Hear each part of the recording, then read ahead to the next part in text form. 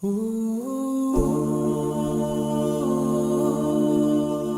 الله الرحمن الرحيم الحمد لله والصلاة والسلام على رسول الله أما بعد اللهم رب يسر ولا تؤسر وتمم بالخير سبحانك لا علم لنا إلا ما علمتنا إنك أنت العليم الحكيم Assalamu alaykum va rahmatullohi va barakatuhu. Hurmatli ustozlar va qarindoshlar, bugungi axloq darsimizning temasi mehr shafqat, kuyimchanlik to'g'risidagi ikkinchi dars. Xaloyiqqa mehr shafqat qilmagan, kuyimchan bo'lmagan kishilarga Alloh subhanahu va taolo rahim shafqat qilmaydi. Bu to'g'rida payg'ambarimiz sollallohu alayhi vasallam shunday deydi: La yarhamullohu man la yarhamun nas. Yani insonlarga mehribon bo'lmagan, mehr shafqat qilmagan kishilarga Allohmi mehr shafqat qilmaydi. Payg'ambarimiz sollallohu alayhi vasallam rahmatning asarlari yo'q bo'lgan bir kishini inkor qildi. Yani Peygamberimiz sallallahu aleyhi ve sellem özünün mübarek nevrisi Hasan ibn Ali radıyallahu anh'ını sevip koydu. Peygamber aleyhisselam'ın yanında sahabelerden Akrab ibn Habis Tamimi radıyallahu anh'u Peygamber aleyhisselam'ın yanında oturattı. Akrab bin Habis radıyallahu anh'u Peygamberimiz sallallahu aleyhi ve sellem'in ki nevrisini sevip koygalıqını köge vaxtıda şundaq dedi. Menen 10 balam ba, men 10 balamdan birini mi söymüdüm? degan vaqtida payg'ambar alayhissalom dedi, rahim shafqat qilmaydigan odam ya'ni rahim shafqatga erishmaydi. Buxoriy Muslim rivoyat qilgan hadis. Ibn Battal rahimahulloh shunday deydi: balaga mehribonlik qilish, ya'ni kichik balaga mehr shafqat qilish, u kichik balani bo'yonlaridan ilib, so'yib qo'yish ve onunla köyünüşün özü bolsa Allah subhanahu ve taala razı boladigan ve Allah subhanahu ve taala mükafatlaydigan emellerinin qatarıdan hesaplanıdı. Uşaq ballarını söyüp qo'yish, kötürüş, qatarlıq işler bolsa Allah'ın rahmetiga, Allah'ın mehri şefkatiga haqq boladigan işlerinin cümlesinden hesaplanıdı. İnsanların arasında mehr shafqat qilish, köyünüşke en haqq bo'lgan kishilar kimlar desa, bu ata-ana. Yani insanın ata-anası xaloyiqlarning arasında mehr shafqat qilish, köyünüşke en layık bo'lgan kishilar hisoblanadi.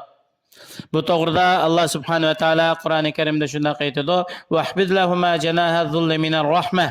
Yuqori darajada ularga mehr shafqat qilgin. Ya'ni ularning oldida o'zingni aytib to'van tutqin, ularga tikilib qaramagin va ularga eng yuqori tariqada mehribon va kuyimchanlik qilgin. Avlodlarning eng yaxshisi ota-onasiga rahmat qilishga yaqin bo'lgan, ota-onasiga kuyimchan bo'lgan avlodlardan iborat. Allah subhanahu wa ta'ala Qur'oni Karimda shunday aytadi: "Fa'radna yubdilahuma rabbuhuma khayran minhu zakatan wa aqraba ruhma." Yani Kehf suresida Xidr aleyhisselam yani bir balının boynunu üzüp etken, bunun sebebini sorgan vaqtida ata-anaga o ata-ananın Rabbi o balıdımı yaxşırak ve pakrak ve ata-anaga mehr shafqat qilishga yaqin bo'lgan bir balını almashtirib berishni irada qildi. Müminlarning arasidagi bir bo'lgan kuyinish, mehr shafqat ularni bir jasadga o'xshash, bir badanga o'xshash qiladi. Bu to'g'rida payg'ambarimiz sollallohu alayhi vasallam shunday aytadi: "Taral mu'minina fi tarahumihim va tawaddihim va ta'atubihim kamasalil jasadi iza ishtaka minhu 'adwun tada'a lahu sa'iru jasadihi bis-sahari wal humma." Müminlarni o'zaro bir-biriga kuyinish, mehr shafqat qilishda, bir-biriga do'stlik izhor qilishda va bir-biriga kuyinishda bir jasadga o'xshash ko'rasan. İnsanning badanidan bir a'zo kasal bo'lib qolsa, uning uchun jasadning hammasi davolanishni talab qiladi. Ya'ni uyqusizlik qizitmaga o'xshash. Yani insan uykusuz qalsa yoki insonning badanida qizitma o'rlab ketgan vaqtida buning ta'siri butun badanga bo'ladi. Shuningdek inson badanida bir a'zo kasal bo'lib qolsa, bir a'zoga aziyat yetsa, buning ta'siri hammasiga bo'ladi. Bu sifatda bir badan bir jasadga o'xshaydi. İslam şeriati hayvanotlarga, ya'ni boshqa jonliqlarga mehr shafqat qilishga qiziqtirdi. Peygamberimiz sallallahu aleyhi ve sellem deydi: "Agar sen bir qo'yga mehribonlik qilsang, Alloh senga mehr shafqat qiladi." Mu'min kafirga mehr shafqat qiladi. Nima uchun desa, kafirninki hidoyat to'g'ri yo'lni yo'qitib qo'yganligidan va kafirni o'chkiradi, uningki iymon etmaganligi uchun. Har qanday bir odam qadimi teyilib ketsa, ya'ni to'g'ri yo'ldan ezib ketib qolsa, gunoh masiyat qilish bilan uningga chiroyli nasihat qilib, to'g'ri yo'lni ko'rsatgan vaqtimizda yana Allohning rahmatiga haqli qo'lida. Uni hidoyatga chaqirish, hidoyat tilab duo qilish orqali bu odamni Allohning rahmatiga erishadi. Payg'ambarimiz sollallohu alayhi vasallamning qishiga haraq ichgan bir odam keltirilgan vaqtida Payg'ambar alayhisalom buni o'ranglar dedi. Abu Hurayra radhiyallohu anhu deydi. Ba'zilar qo'li bilan udi, ba'zilar oyog'i bilan, ba'zilar kiyimlari bilan udi. Bu odam ketgan vaqtida jamoatning ba'zisi Alloh seni xor qilib etsin debdi. Payg'ambar alayhisalom bunday gapni demanglar. Qirindishinglarning ziniga, shaytonga yordam bermanglar. Lekin Alloh sana rahmat qilsin deb onunga Allohdan rahim shafqat tilanglar.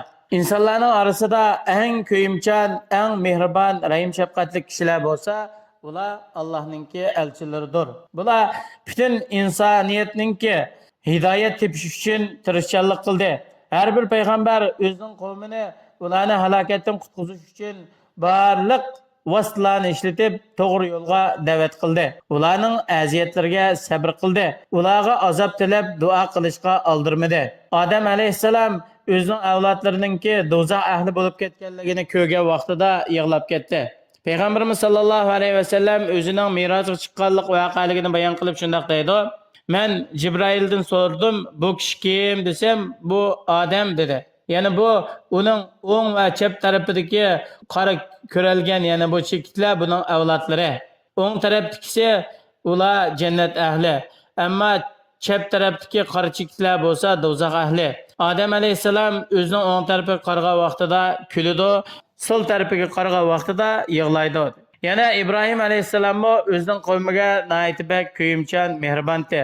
İbrahim aleyhisselam Allohga duo qilib shunday aytgan: "Faman tabi'ani fa innahu minni va man asani fa innaka g'afurur rahim." Rabbim mening qavmimdan har qanday odam menga agishidi ekan, bu mening qatorimdan. Kimki menga asilik qiladi ekan, haqiqatan sen nayti kechirim qilg'uchi, mehribonsan deb Allohga duo qilgan. Ya'ni bu nima desa, İbrahim alayhisalomning ko'nglini nayti yumshoq, mehribon ekanligi.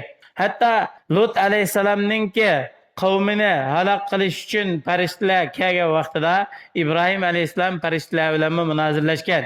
Yani Lut aleyhisselamның qavmini bir halok qilmasa, ular bir iymon etib qolamdiki deb farishtalar bilan munozirlashgan. Musa aleyhisselam qizchaqqa nayti mehribonlik qildi, kuyindi, ularningki qo'ylarini sug'urib berdi. Musa aleyhisselam irodalik payg'ambarlarning qatoridandir. Hatto Musa aleyhisselamningki kuyinishi, mehribonligi mushu ummatga yetdi. Yani Peygamber aleyhisselamın ümmetiga yetti. Musa aleyhisselam Peygamberimiz sallallahu aleyhi ve sellem'ne Miraç geçişide Allah subhanahu ve teala Peygamber aleyhisselamın ümmetiga 50 vaqt namazını farz qilgan vaqtida Peygamber aleyhisselamga ummetin bununla taqat keltirolmaydi. Allah subhanahu ve teala'dan ummetingdan bu namozni yengillatishni talab qilgan deb Peygamber aleyhisselamni bununla qiziqtirdi, rag'batlantirdi. Shuning bilan Allah subhanahu ve teala 50 vaqt namozni 5 vaqt namozga yengillatdi. Yahya aleyhisselam bo'lsa Allah uni nihoyatda kuyimchan mehribon qildi. Allah subhanahu ve teala aytdi: "Ve hananen min ladunna ve zakaten ve kana taqiya." Bizning huzurimizdan bo'lgan mehr shafqat ato qildik biz Yahya aleyhisselamga. Nihoyatda pok iffatli zot edi va taqvodor zot edi. Bu ayetning ma'nosi biz onunga o'z huzurimizdan rahim shafqat ato qildik. Bandalarga nihoyat kuyimchan qildik. Ularni o'zining Parvardigoriga itoat qilishga chaqiradigan qildik va ixlos bilan yaxshi amallarni qiladigan shunday taqvo kishilarning qatoridan qildik. Allah subhanahu ve teala İsa aleyhisselamni onasiga nihoyat mehribon, yaxshilik qiladigan qildi. İsa aleyhisselam rahim shafqatsiz, nihoyat zalim kishilardan bo'lmadi. Va barran bi validati va lam yajalni jabbaran shaqiya. Yani İsa aleyhisselam aytdi: Allah subhanahu ve teala meni onamga kuyinadigan, mehr shafqatli, kuyimchan qildi. Meni zalim, baxtsiz kishilarning qatoridan qilmadi. Allah'ning payg'ambarlaridan bo'lgan bir payg'ambarni uning qavmi urib qonga bo'yibdi. Bu payg'ambar o'zining yuzidan qonlarni surtib turib aytdi: "Robbighfir li qavmi fa innahum la ya'lamun." Robbim mening qavmimni mag'firat qilgin, haqiqatan ular bilmaydi deb ularning haqqida Allohdan yaxshi tilaklarni qildi. Allah subhanahu va taolo har birimizni shundoq mehribonlik, kuyimchanlikdan iborat bo'lgan isil sifatga muyassar qilsin. Peygamberler sahabelarning yo'lidan minishga va ularning buyrug'ini to'liq ado qilishga Alloh muyassar qilsin. Vassalamu alaykum va rahmatullohi va barakatuh.